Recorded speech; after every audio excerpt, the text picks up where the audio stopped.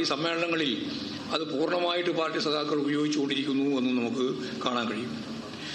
പിന്നെ ഞാൻ നേരത്തെ പറഞ്ഞത് ജമാഅത്തെ ഇസ്ലാമിലൂടെ ദേശീയ ജനറൽ സെക്രട്ടറി ആരിഫ് അലിയുടെ നേതൃത്വത്തിലുള്ള സംഘം RSSുമായി ചർച്ച നടത്തി എന്നുള്ളതാണ്. എന്തിനാണ് RSSുമായിട്ട് ജമാഅത്തെ ഇസ്ലാം ചർച്ച ചെയ്യുന്നത്? ആരിഫ് അലി ജമാഅത്തെ ഇസ്ലാമിയുടെ മുൻ കേരള അമീർ കൂടിയാണ്.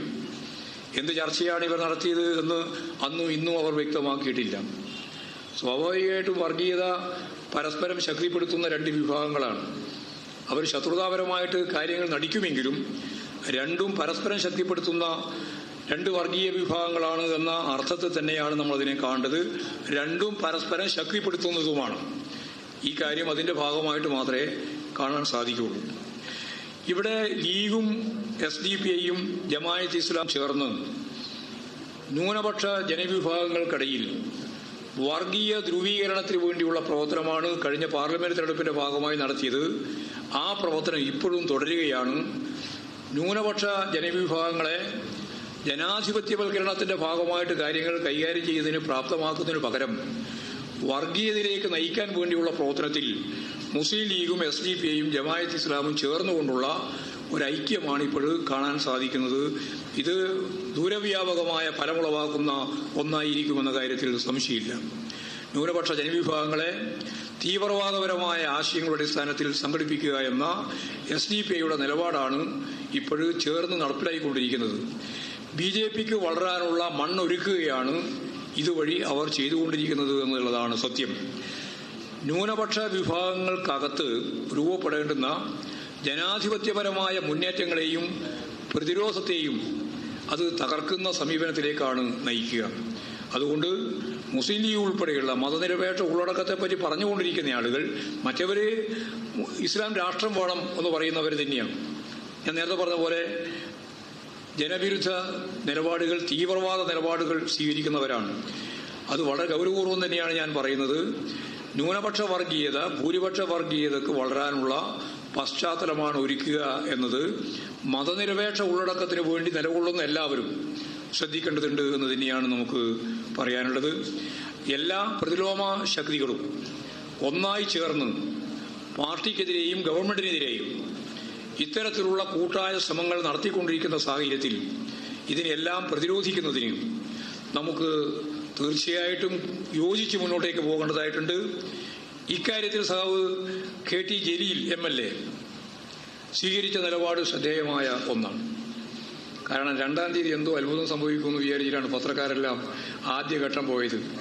പിന്നീട് ഇടതുപക്ഷ ജനാധിപത്യ മുന്നണിക്ക് എതിരല്ല എന്ന് കണ്ടപ്പോൾ നിങ്ങൾ ആ പരിപാടി തന്നെ ഉപേക്ഷിച്ച് പോകുന്ന നിലയിലേക്ക് എത്തി. എത്ര വ്യക്തമായ രാഷ്ട്രീയമാണ് നിങ്ങൾ കാണിക്കുന്നത്. എന്തോ കമ്മ്യൂണിസ്റ്റ് വിരുദ്ധത പറയാൻ പോവാണ് ജലീൽ എന്ന് വിചാരിച്ചിട്ട് എല്ലാവരും ഒത്തുകൂടി.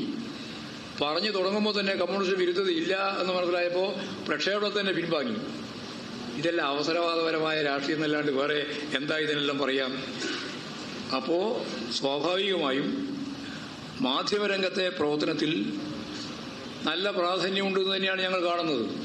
അല്ല, പ്രാധാന്യം ഇല്ല എന്നുള്ളതല്ല. ആശയങ്ങൾ രൂപപ്പെടുത്തുന്നതിൽ നമുക്ക് നല്ല പങ്കുവഹിക്കാൻ സാധിക്കുന്നുണ്ട്. പക്ഷേ അത് കമ്മ്യൂണിസ്റ്റ് വിരുദ്ധവും വലതുപക്ഷ ആശയങ്ങളുമാണ് നിർമ്മിക്കുന്നത്. അത് അവസരവാദപരമായ നിലയിലാണ് നിങ്ങൾ കുറെ കാലമായിട്ട് തുടരുന്നത്. ഇത് കുറേയും കൂടി തുടരുമ്പോൾ ഇതിനെ തുറന്നു കാണിച്ചുകൊണ്ട് മുമ്പോട്ടേക്ക് പോവുക എന്നുള്ള സമീപനമാണ് പാർട്ടിക്ക് സ്വീകരിക്കാനുള്ളത്. എല്ലാ കാലവും ഇതേപോലെ പോകും എന്ന് നിങ്ങൾ ധരിക്കാൻ പാടില്ല. ഞങ്ങളിത് പ്രതീക്ഷിക്കുന്നുണ്ട്. അടുത്ത പഞ്ചായത്ത് തെരഞ്ഞെടുപ്പ് വഴിയും അതിനുശേഷമുള്ള അസംബ്ലി തെരഞ്ഞെടുപ്പ് വരെയും ഇത്തരത്തിലുള്ള കൂട്ടായ്മ നിങ്ങളുടെ ഭാഗത്തു നിന്ന് കമ്മ്യൂണിസ്റ്റ് പ്രസ്ഥാനത്തിനും ഇടതുപക്ഷ ജനാധിപത്യ മുന്നണിക്കും ഗവൺമെന്റിനുമെതിരായി ഉണ്ടാവും എന്ന കാര്യം ഞങ്ങൾ കൃത്യമായിട്ട് പ്രതീക്ഷിക്കുന്നുണ്ട്. പക്ഷെ ഇന്ന് യേശുന്നത് പോലെ ഇത് തുടർച്ചയായി വന്നാൽ ജനങ്ങൾ കൃത്യമായിട്ട് വരികൾക്കിടയിൽ വായിക്കുകയും കാണുന്നതിൻ്റെ അപ്പുറം കാണുകയും ചെയ്യാനുള്ള ശീലം അവർക്ക് കിട്ടിയാൽ നിങ്ങളെ തിരിച്ചറിയും. നിങ്ങളെ തിരിച്ചറിയുന്നതിന് വേണ്ടിയുള്ള ഫലപ്രദമായ ഇടപെടൽ രാഷ്ട്രീയവുമായി ബന്ധപ്പെട്ട് ഞങ്ങൾ നടത്തുകയും ചെയ്യും. ഇങ്ങനെ കൂട്ടായ്മയിലൂടെ പാർട്ടിയെ ശക്തിപ്പെടുത്തും. ദേശാഭിമാനി അതുപോലെ കൈരളി തുടങ്ങിയിട്ടുള്ള മാധ്യമങ്ങളാണ് ഇടതുപക്ഷത്തിന് അനുകൂലമായിട്ട് നിൽക്കുന്നത്. അത് നിങ്ങളെല്ലാം കണ്ണിലെ കരടായിട്ടാണ് തോന്നുന്നത്. ഏതായാലും അതിശക്തിയായ രീതിയിൽ ഈ കള്ളപ്രചാരവേലയെ അഭിമുഖീകരിക്കുന്നതിന് വേണ്ടി നല്ല നിശ്ചയദാർഢ്യത്തോടുകൂടി തന്നെ പാർട്ടി മുമ്പോട്ടേക്ക് പോവുക എന്നുള്ളത് തന്നെയാണ് കാണുന്നത്. തെറ്റുതിരുത്തൽ ക്യാമ്പയിൻ ശക്തിപ്പെടുത്തിക്കൊണ്ട് തന്നെ പാർട്ടി സമ്മേളനങ്ങളിലൂടെ മുന്നോട്ടേക്ക് പോകുമ്പോൾ കൃത്യമായി പാർട്ടിയെ ഒരു പുതിയ ദിശയിലേക്ക് എത്തിക്കുന്നതിന് വേണ്ടിയുള്ള നല്ല പ്രവർത്തനമാണ് ബ്രാഞ്ച് സമ്മേളനത്തിൽ ഉണ്ടായിട്ടുള്ളത്. അതിൻ്റെ പങ്കാളിത്തം അങ്ങനെയാണ്, ചർച്ചകൾ അങ്ങനെയാണ്. ഇനി അങ്ങോട്ട് ഈ ലോക്കൽ സമ്മേളനങ്ങളിലും വരാൻ പോകുന്നത് അത് തന്നെയാണ്. പാർട്ടി വളരെ ഫലപ്രദമായിട്ട് മുന്നോട്ടേക്ക് നീങ്ങുന്നതിന് വേണ്ടി അതിൻ്റെ തിരുത്തിരുത്തൽ രേഖ ഉൾപ്പെടെ ചേർത്ത് ചർച്ച ചെയ്ത് പാർട്ടിയെ നവീകരിച്ച് മുമ്പോട്ടേക്ക് പോവുക എന്ന പ്രക്രിയയിൽ തെറ്റായ ഒരു നിലപാടിനെയും ഒരു തരത്തിലും വെച്ച് ഉറപ്പിക്കാൻ ഈ പാർട്ടി ഉദ്ദേശിക്കുന്നില്ല. അത് വെറുതെ കേവലമായ ഒരു വിശദീകരണം മാത്രമല്ല, ഉണ്ടാകുന്ന ഓരോ പ്രശ്നങ്ങളിലും പാർട്ടി അപ്പപ്പോ ഇടപെട്ടുകൊണ്ട് എല്ലാ ദുർബലതയെയും കൃത്യമായി കണ്ടറിഞ്ഞുകൊണ്ട് പാർട്ടി സംഘടനയാകെ ഒറ്റക്കെട്ടായി പ്രതിരോധിച്ച് പാർട്ടിക്കെതിരായിട്ട് വരുന്ന കടന്നാക്രമങ്ങളെ പ്രതിരോധിക്കുന്നതിന് വേണ്ടി പ്രാപ്തമാകുന്ന രീതിയിൽ പാർട്ടി സഖാക്കളെ സജ്ജമാക്കുന്നതിന് വേണ്ടിയുള്ള ഒരു രേഖയാണ് ഇന്ന് പാർട്ടി സംസ്ഥാന കമ്മിറ്റി അംഗീകരിച്ച ഈ രേഖ. ഇതാണ് പൊതുവായിട്ട് പറയാനുള്ളത്.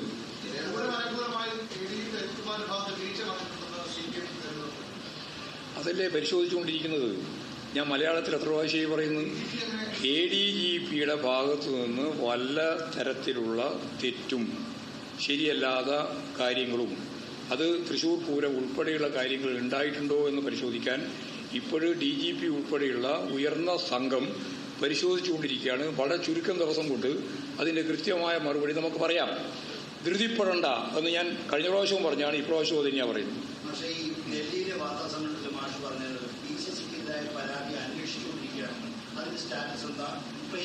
അല്ല, നിങ്ങൾക്ക് അല്ല അൻവർ, ഞങ്ങൾ പരിശോധിക്കേണ്ടുന്ന കത്തിന്റെ ഉള്ളടക്കം പൂർണ്ണമായിട്ട് നിങ്ങളുടെ കയ്യിൽ കിട്ടിയല്ലോ. ലോകത്തെമ്പാടുമുള്ള ഏത് മനുഷ്യന്റെയും മുമ്പിൽ ശശിയെ സംബന്ധിച്ചുള്ള അദ്ദേഹത്തിന്റെ പരാതിയുണ്ട്. ആ പരാതി സംബന്ധിച്ച് ഏതെങ്കിലും രീതിയിൽ പരിശോധിക്കേണ്ടതുണ്ടോ നിങ്ങൾ പറ. ഞാനതല്ലേ ചോദിക്കുന്നത്. അല്ല, ഞാൻ പറയേണ്ട കാര്യം നിങ്ങളുടെ കയ്യിലുണ്ടത്. അതന്നെയാണ് അതായത് ഞാൻ പറഞ്ഞത്. അതായത് ഞാനത് ആ പറഞ്ഞത് ശരി, ആ പറഞ്ഞത് തന്നെ ശരി. ഇപ്പോഴും അത് തന്നെയാണ് ഞാൻ പറയുന്നത്. ആവശ്യമായ രീതിയിലുള്ള പരിശോധന ഏത് ആളുടെ പേരിൽ വന്ന കത്തായാലും പരിശോധിക്കും. എന്നാൽ ഒന്നുമില്ലാത്ത വ്യക്തിയല്ലേ, നിങ്ങൾ പരിശോധിച്ചോ? എന്തെങ്കിലും പറ. ഞാൻ പറഞ്ഞത് മലയാളത്തിലാണ്. ശശി, ഞാൻ ഒന്നുകൂടി പറയാം. ശശിയുടെ പേരിൽ പാർട്ടി സംസ്ഥാന സെക്രട്ടേറിയറ്റിന് അല്ലെങ്കിൽ സംസ്ഥാന സെക്രട്ടറിക്ക് തന്ന കത്തിൽ ഉള്ളടക്കം ഞങ്ങൾ പരിശോധിച്ച് നോക്കിയപ്പോൾ അതിൻ്റെ അകത്ത് ശശിയുമായിട്ട് ബന്ധപ്പെട്ട് പരിശോധിച്ച് തീരുമാനിക്കേണ്ട ഒരു കാര്യവും ഇല്ല, ഒരു വസ്തുതയുമില്ല. പൊതുവായിട്ട് പറയുന്നത് പോലെ ഒരു കാര്യം പറഞ്ഞിരിക്കുന്നു എന്ന് മാത്രമേ ഉള്ളൂ. അതിപ്പോഴും പൊതു സ്വത്തായിട്ട് ജനങ്ങളുടെ മുമ്പിലുണ്ട്. അത് ഞങ്ങൾ ഗോപ്യമായിട്ട് വെക്കുന്ന ഒരു കാര്യമല്ല.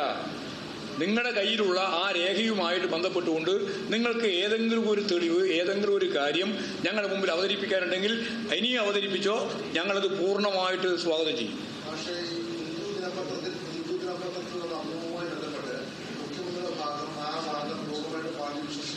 പൂർണ്ണ വിശ്വസിക്കുന്നില്ല, അതാണ് ശരി. പിന്നെ എന്തിനാ വിശ്വസിക്കുന്നത്? അവിടെ ഞങ്ങൾക്ക് ഒരു PR-ഉം ഇല്ല, ഒരു PR-ന്റെയും പ്രശ്നവുമില്ല. അവിടെ പറഞ്ഞല്ലോ, നമുക്കെല്ലാം പരിചയമുള്ള സുബ്രഹ്മണ്യം എന്ന് പറയുന്ന ഡൽഹിയുമായിട്ട് ബന്ധപ്പെട്ട് ഇപ്പോൾ റിലയൻസിൽ വർക്ക് ചെയ്തുകൊണ്ടിരിക്കുന്ന ഒരാളാണ്. അദ്ദേഹവുമായിട്ട് സംസാരിച്ച് ഇങ്ങനെ ഒരു അഭിമുഖത്തിന് സാധ്യതയുണ്ട്, കഴിയുമോ എന്ന് ചോദിച്ചപ്പോൾ അഭിമുഖം കൊടുക്കുന്നതിന് എന്താ പ്രയാസമുള്ളത്? എന്നോടിപ്പോൾ ചോദിച്ചിട്ടുണ്ട്, ഹിന്ദു ഇവിടെ ഒരു അഭിമുഖം വേണം, എന്താ കൊടുക്കുന്നതിന് പ്രശ്നമുള്ളത്? ഞങ്ങൾക്ക് പത്രക്കാരെ കാണുന്നത് യാതൊരു ഭയവും ഇല്ലല്ലോ, നിങ്ങൾക്കറിയാലോ. അതല്ലേ എന്നോടല്ല പറഞ്ഞല്ലേ, ഇവിടെ കേരളത്തിലാണ് ചോദിച്ചത്. റിപ്പോർട്ടറല്ല, എന്നോട് ചോദിച്ചത് CN മോഹനാണ്. CN മോഹനോട് ചോദിച്ച ചോദ്യത്തിന്റെ ഭാഗമായിട്ട് അദ്ദേഹം എന്നോട് പറഞ്ഞു, ഇങ്ങനെ ഒരു ദിവസം വേണമെന്ന് പറയുന്നുണ്ട്, ഹിന്ദു പത്രത്തിന് ഒരു അഭിമുഖം വേണം എന്ന് പറയുന്നുണ്ട്, എപ്പോഴാണ് കൊടുക്കാൻ? ഞാൻ നമുക്ക് കൊടുക്കാം. ഞാൻ തിരുവനന്തപുരത്തുള്ള സമയത്തോ അല്ലെങ്കിൽ എവിടെയാണോ വേണ്ടത് അവിടെ കൊടുക്കാം. എന്താ കൊടുക്കുന്നതിന് പ്രശ്നം? അതിന് PR-ന്റെ ഒരു ആവശ്യം പാർട്ടിക്കുമില്ല, ഒട്ടും ഗവൺമെന്റിനുമില്ല. ഇത് നിങ്ങൾക്ക് മനസ്സിലാകുന്നില്ല, മനസ്സിലാവാനിട്ടല്ല. നിങ്ങൾക്ക് മനസ്സിലായാലും ഇതൊരു വലിയ സംശയമായിട്ട് ജനങ്ങളുടെ മനസ്സിൽ കൊണ്ടുവരാനാണ്.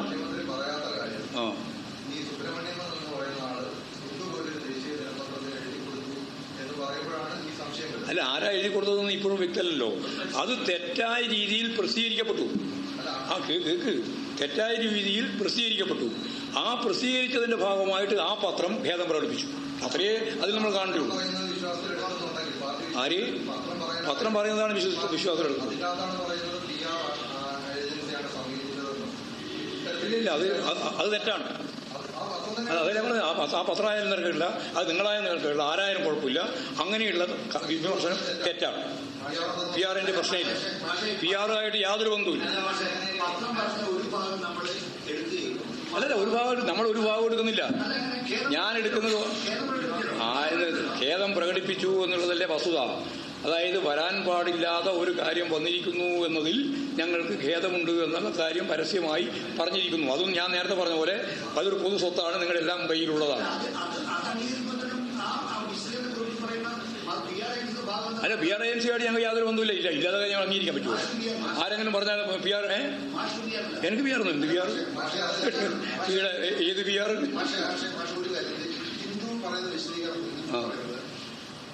ഞാനിനി അതിൽ വിശദീകരണം ചെയ്യുന്നില്ല, വെറുതെ ആവശ്യമില്ലാതെ പറഞ്ഞുകൊണ്ടിരിക്കുക. നിങ്ങൾക്ക് മലയാള മനോരമക്ക് ഇതേരി പറഞ്ഞുകൊണ്ട് അടുത്ത പ്രാവശ്യം ഒരു 10 ചോദ്യം കൂടി ചോദിക്കണം. ആ ചോദ്യത്തിൽ ഇപ്പം തന്നെ ഞാൻ പറഞ്ഞോളാം. കൃത്യമായ മറുപടി ഞാൻ പറയാണ്. ഒരു PR-ഉം ഇല്ല. അത് കഴിഞ്ഞു. ഇനി വേറെ ചോദ്യമില്ല.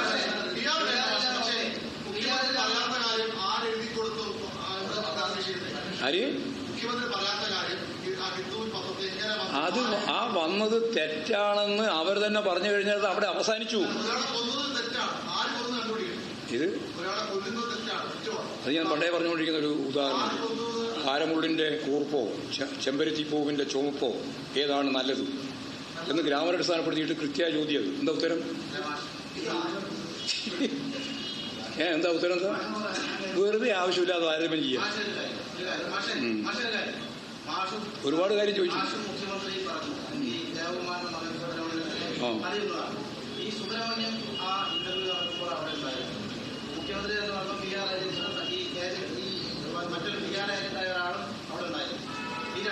ഏജന്റ് ഉണ്ടായിരുന്നു, പിണറായി പറഞ്ഞില്ല. അവിടെ ഒരാൾ പറയും കൂടി ഒരാളുടെ കൂടെ ഉണ്ടായിരുന്നു. അത് ഈ ലേഖയുടെ ഒപ്പം വന്നതായിരുന്നു എന്നാണ് ഞാൻ ധരിച്ചതെന്നാണ് പറഞ്ഞത്. പിന്നെന്താ? നിങ്ങൾക്ക് എന്താ വേണ്ടിപ്പോ? അല്ല, എന്താ കാര്യം? നിങ്ങൾക്കെല്ലാം വേറെ യാതൊരു തരത്തിലുള്ള കാര്യം ചോദിക്കാനുമില്ല, പറയാനുമില്ല. എന്നിട്ട് നേരത്തെ പറഞ്ഞുകൊണ്ടിരിക്കുന്ന കാര്യങ്ങൾ ആന വണ്ണത്തിൽ ഇങ്ങനെ ചോദിച്ചുകൊണ്ടിരിക്കുകയാണ്. ഒന്നും പറയണ്ടേ? ഒരു കാര്യമില്ല, പറയണ്ട, ഒരു കാര്യമില്ല. എല്ലാം പറഞ്ഞു കഴിഞ്ഞാണ്, ഇനി ഒന്നും പറയാനില്ല. ഒഴിഞ്ഞൊന്നും മാറുന്നില്ല. ഒഴിഞ്ഞു മാറാം. ഇത് നിങ്ങളോടാ ഒഴിഞ്ഞു മാറണ്ടേ? ഒഴിഞ്ഞു മാറുന്നു. എന്നിട്ട് നാളെ പറയും ഗോവിന്ദ മാഷ് ക്ഷോഭിച്ചു. ഞാൻ ക്ഷോഭിച്ചില്ല കേട്ടാ. വെറുതെ ചോദ്യം ചോദിച്ചോളൂ.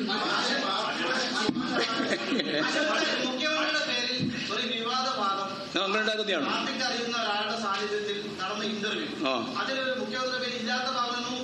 ഇല്ലാതാണ്. ഗുരുതരമായ പ്രശ്നമാണ്. ആലോചിച്ചു, അന്വേഷിച്ചു. പരിശോധിച്ചോട്ടെ. ഞങ്ങൾക്കത് പരിശോധിക്കേണ്ട കാര്യമില്ല. ആവശ്യമില്ലാത്ത കാര്യത്തിന് മേലെ പിന്നിൽ പോകേണ്ട കാര്യം നമുക്കെന്താ ഉള്ളത്? നിങ്ങൾക്ക് നാളെ പത്രത്തിൽ വരുത്താൻ വേണ്ടി ഒരു വാർത്ത വേണം. ആ വാർത്തക്ക് വേണ്ടി ഞങ്ങൾ അതിന്റെ പിന്നിൽ നടത്തേണ്ട ചില കാര്യമുണ്ട്. ഒരു ആവശ്യമില്ല സുബ്രഹ്മണ്യം. അത് നോക്കിക്കോട്ടെ, എങ്ങനെ പരിശോധിച്ചോട്ടെ. ഞങ്ങൾക്ക് അതിന്റെ എതിർപ്പതില്ല. സുബ്രഹ്മണ്യം നിങ്ങൾ കുറെ ദിവസമായില്ലേ ഈ പറയുന്ന ഭാഗവുമായിട്ട് ബന്ധപ്പെട്ട് ചർച്ച ചെയ്യാൻ തുടങ്ങിയിട്ട്, അല്ലേ? ഇനിയിപ്പോൾ അത് പിണറായി ഇന്നലെ പറഞ്ഞതോടുകൂടി അത് പൂർണ്ണമാവേണ്ടതാണ്. നിങ്ങൾക്ക് ഇനിയും പൂർണ്ണമാകുന്നില്ല. ഞാനിപ്പോൾ പറഞ്ഞിട്ട് പൂർണ്ണമാക്കാൻ വേണ്ടി ശ്രമിച്ചാലും നിങ്ങൾക്കത് പൂർണ്ണമാവില്ല. കാരണം ഞാൻ നേരത്തെ പറഞ്ഞ പണിയാണ് നടത്തിക്കൊണ്ടിരിക്കുന്നത്. കമ്മ്യൂണിസ്റ്റ് വിരുദ്ധവും ഗവൺമെന്റ് വിരുദ്ധവുമായ കാര്യങ്ങൾക്ക് വേണ്ടി ഒരു ആശയം നടത്തിക്കൊണ്ടിരിക്കുന്നത്. അപ്പൊ ഞാൻ എത്ര പറഞ്ഞാലും അത് നിങ്ങൾക്ക് ബോധ്യാവില്ല. ആ ബോധ്യാവാതിരിക്കുന്നതിന്റെ പ്രധാനപ്പെട്ട കാരണം നിങ്ങളുടെ മുൻവിധിയാണ്. നിങ്ങൾക്ക് കൃത്യമായ മുൻവിധിയുണ്ട്, നിങ്ങൾക്ക് കൃത്യമായിട്ടുള്ള ഉദ്ദേശമുണ്ട്, താല്പര്യമുണ്ട്. അത് വർഗപരം കൂടിയാണ്. തെറ്റൊന്നല്ല. നിങ്ങളെ ശരി, മതി.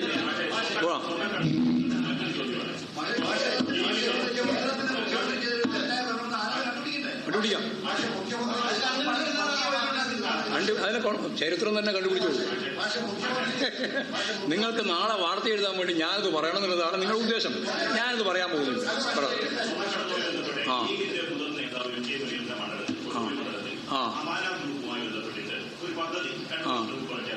അത് 2 മാസം വിസിറ്റ് വിസയിലേക്ക് ദുബായി പോകുന്ന ആൾക്ക് താമസ സൗകര്യം ഒരുക്കി കൊടുക്കുക. അതിലെ പ്രധാനപ്പെട്ട ഒരാൾ അമാൻ ഗ്രൂപ്പുമായി ബന്ധപ്പെട്ട ആൾ അറസ്റ്റ് ചെയ്തത് അറസ്റ്റ് ചെയ്തു. ലീഗിന്റെ പ്രധാനപ്പെട്ട അടുത്ത നേതാവ് കൂടിയാണ് ഇയാൾ. ഈ സ്വർണ്ണക്കടത്തുമായി ബന്ധപ്പെട്ട് ഈ ലീഗിന്റെ മുനീറിനടക്കം ബന്ധമുണ്ട് ദുരൂഹത പുറത്തു വരുന്നത് നാട്ടിലെ ശ്രദ്ധയപ്പെട്ടിട്ടുണ്ട്. അതിന്റെ സംശയം പോരെ.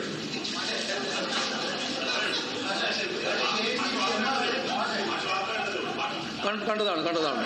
അതായത് എനിക്കതിൽ അനുഭവമൊന്നുമില്ല. ഇമാതിരിയുള്ള നിരവധി ആളുകളുമായിട്ട് ഇവർക്കെല്ലാം നല്ല ബന്ധമുണ്ട്. അതെല്ലാം മൂടി വെച്ചിട്ട് പിണറായിക്കെതിരായിട്ടും മുഖ്യമന്ത്രിക്കെതിരായിട്ടും ഇല്ലാത്ത കാര്യം പെരുപ്പിച്ച് കാണിക്കാൻ വേണ്ടി നിരന്തരമായിട്ട് ശ്രമിച്ചുകൊണ്ടിരിക്കുന്നു മാത്രമേ ഉള്ളൂ. അവർ ഓരോരുത്തരെ പറ്റി കൃത്യമായിട്ട് അന്വേഷിച്ച് തിരിഞ്ഞു പറഞ്ഞു പോയാൽ നിങ്ങൾക്ക് തന്നെ അതിന്റെ എല്ലാം ഉള്ളടക്കം മുഴുവൻ കിട്ടും.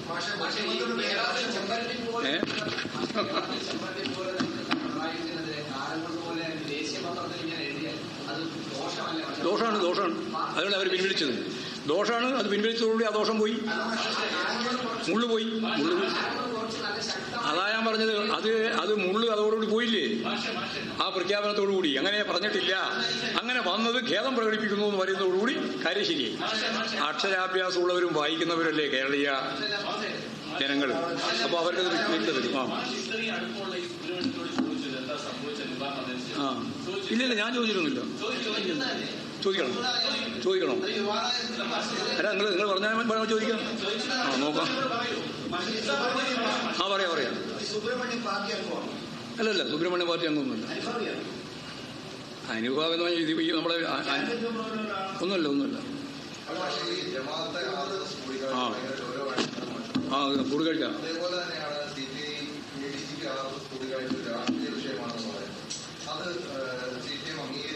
പിന്നെന്താ, ഞങ്ങളെ സംബന്ധിച്ച് കൃത്യമായ അന്വേഷണം നടത്താൻ തീരുമാനിച്ചിരിക്കല്ലേ. അന്വേഷണം നടത്തട്ടെ. CPI പറയുന്നത് ഞങ്ങൾ ആവർത്തിച്ചുകൊള്ളുന്നുണ്ടാ. ഞങ്ങൾക്ക് ഞങ്ങളുടേതായ ബോധ്യമുണ്ട്. ആ ബോധ്യം അടിസ്ഥാനപ്പെടുത്തിയിട്ട് എല്ലാം കാത്തിരിക്കുകയാണ്. അത് അന്വേഷണം വന്നതിന് ശേഷം ശരിയായ നിലപാട് ഗവൺമെന്റ് സ്വീകരിക്കുമെന്നുള്ള ഉറച്ച നിലപാടാണ് CPM-ന്. അല്ല, എന്താ വിഷയം എന്നുള്ളതെല്ലാം പരിശോധിച്ച് വരട്ടെ എന്ന്. നിങ്ങൾ അഡ്വാൻസ് ആയിട്ട് വേണ്ടാത്ത കാര്യം പറയേണ്ട കാര്യമില്ലല്ലോ. അന്വേഷണം വേണമെന്ന് തന്നെയാണ് ഞങ്ങളുടെ അഭിപ്രായം. അന്വേഷണം വേണമെന്നുള്ളതുമാണ്. തെറ്റായ എന്തെങ്കിലും നിലപാടുണ്ടെങ്കിൽ അത് ഗൗരവതരമായി കണ്ട് ആവശ്യമായ നിലപാട് സ്വീകരിക്കണം എന്നാണ് CPM-ന്റെ അഭിപ്രായം.